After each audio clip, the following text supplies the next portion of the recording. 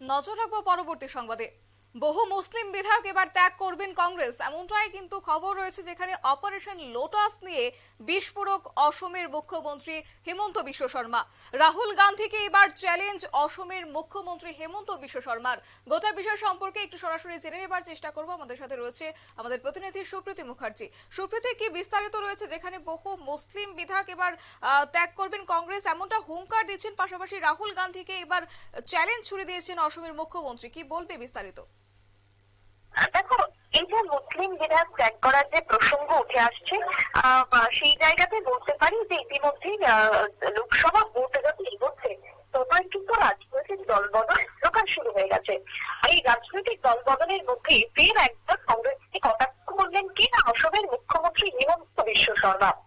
তিনি যেটা দাবি করেছেন বা তিনি যেটা বলেছেন, একেবারে কোটানকোট যদি বলতে হয়, তিনি জানাচ্ছেন যে 2026 সালে অসমের বিধানসভা নির্বাচন রয়েছে এবং তার আগে বহু মুসলিম বিধায়ক কংগ্রেসের সঙ্গ ত্যাগ করবেন।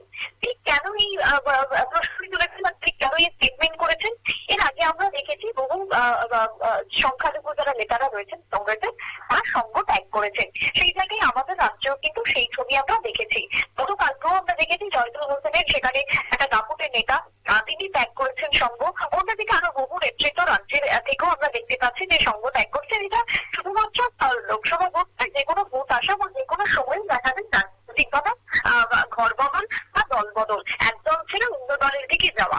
তো এই ক্ষেত্রে অসমের মুখ্যমন্ত্রী হিমন্ত বিশ্ব শর্মার তার একেবারে প্রকাশ্যে বক্তব্য ইতিমধ্যেই বহু মুসলিম বা সংখ্যালঘু বিধায়ক কংগ্রেসের কাছে বিরক্ত হয়েছে, যার কারণে তা কংগ্রেসকে ছেড়ে দিতে চাইছে। একেবারে বিস্ফোরক বক্তব্য তিনি তুলেছেন এবং ইতিমধ্যেই বিজেপিতে নাম লিখিয়েছে তারা না যারা কংগ্রেসের সঙ্গ ত্যাগ করছেন। সেই জায়গাতে দাঁড়িয়ে দেখো, শুধুমাত্র সংখ্যালঘু বিধায়কদের কথা বললে চলবে না, যে সংখ্যালঘু ভোটার বা সংখ্যালঘু কর্মী সমর্থকদের কথা বললে চলবে না। এমন বহু নেতৃত্বরা রয়েছে কংগ্রেস থেকে যারা বর্তমানে দল ত্যাগ করছে। এবং এখনো যেটা আমাদের রাজ্যের ক্ষেত্রে সত্যি খবর যে বহু নেতৃত্ব কংগ্রেসের সঙ্গে যারা জড়িত রয়েছেন তারাও এখন রাজ্যের এই কংগ্রেস দল ত্যাগ করে বিজেপির দিকে ঝুঁকতে পারে, এমনটা একটি সত্যির খবর আমরা ইতিমধ্যে তো দেখেছি। এবং আগামী দিনেও আরো বেশ কিছু নেতৃত্বের পদত্যাগের কথা কিন্তু ঘোষণা উঠে এসেছে বা শোনা যাচ্ছে বিভিন্ন মহল থেকে। এবার অসমের ক্ষেত্রে যে বিষয় হয়ে দাঁড়িয়েছে তা হচ্ছে, অসমে দেখো কয়েকদিন আগে বা সাম্প্রতিক সময়ে আমরা দেখেছি যে মুসলিম বিবাহ এবং বিবাহ বিচ্ছেদ আইন, এই আইনকে নিয়ে এক প্রকার বা নতুন আইন আনার পরে হিমন্ত বিশ্ব শর্মার এই মন্তব্যে যথেষ্ট চাপটি রয়েছে কোথাও অসমের কংগ্রেস শিবির। এবং তিনি এও জানিয়েছেন যে যে আইন কার্যত চালু করা হচ্ছে, বা অসমের প্রভাবশালী নেতা রানা গোস্বামী, তিনি সম্প্রতি বিজেপিতে যোগদান করেছেন, তিনি জাভেদ করছেন এবং সেখানে তিনি ভাত ছেড়েছেন কংগ্রেসের। যদিও হিমন্তকে পাল্টা দিয়েছেন কংগ্রেস, কংগ্রেস এক্ষেত্রে ছিল জমি ছাড়তে নারাজ।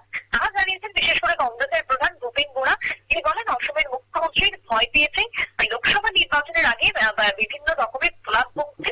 রাহুল গান্ধীর ভারত জোড়ো ন্যায় যাত্রাকে ভয় পেয়েছে বিজেপি, কারণ অসমের বুকে আমরা দেখেছি এই ন্যায় যাত্রাকে কেন্দ্র করেও একেবারে ধুমধুমার কাণ্ড গোটা দেশ জুড়ে। সোজা পথে লড়াই না করে দেখা তত্ত্বে বিধায়ক কিরাবেচাই খেলায় মেতেছে হিমন্ত বিশ্ব শর্মা। কংগ্রেস সেই জায়গায় দাঁড়িয়ে পাল্টা জবাব বা পাল্টা উত্তর, তবে এসব করেও কংগ্রেসকে ঠেকানো যাবে না, এমনটাই দাবি করেছেন কংগ্রেসের যিনি রয়েছেন, বিশেষ করে কংগ্রেসের প্রধান, অসমে কংগ্রেসের প্রধান ভূপেন বোরা।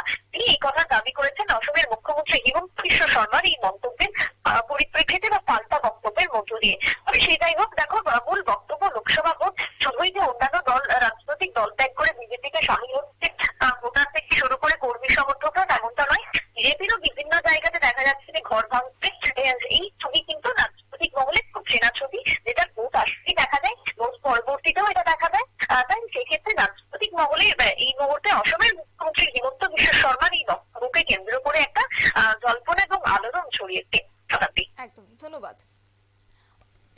কথা বলছিলাম আমাদের প্রতিনিধি সুপ্রীতি মুখার্জি ছিল সরাসরি সেই জায়গায় দাঁড়িয়ে। আসন্ন লোকসভা নির্বাচন, তার আগে এবার হুঙ্কার, যেখানে অপারেশন লোটাস নিয়ে বিস্ফোরক মন্তব্য এবার অসমের মুখ্যমন্ত্রী হিমন্ত বিশ্ব শর্মা, যেখানে সরাসরি রাহুল গান্ধীকে এবার চ্যালেঞ্জ ছুড়েছেন অসমের মুখ্যমন্ত্রী। নিয়ে নিচ্ছে ছোট্ট একটি বিজ্ঞাপন বিরতির, সঙ্গে থাকুন।